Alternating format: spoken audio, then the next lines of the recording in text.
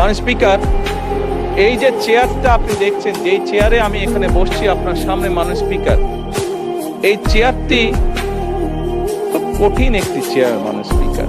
এই চেয়ারটি দেখলে মনে হয় বসতে খুব আরাম, আসলে মাননীয় স্পিকার মোটেও আরামের না।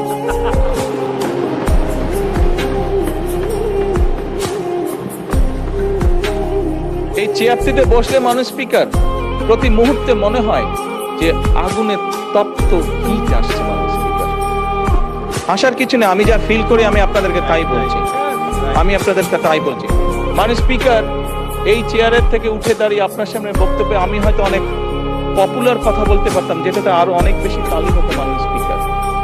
কিন্তু এই চেয়ার আমাকে বলে যে আমি সবসময় পপুলার কথা বলতে পারি না, আমাকে সেটাই বলতে হবে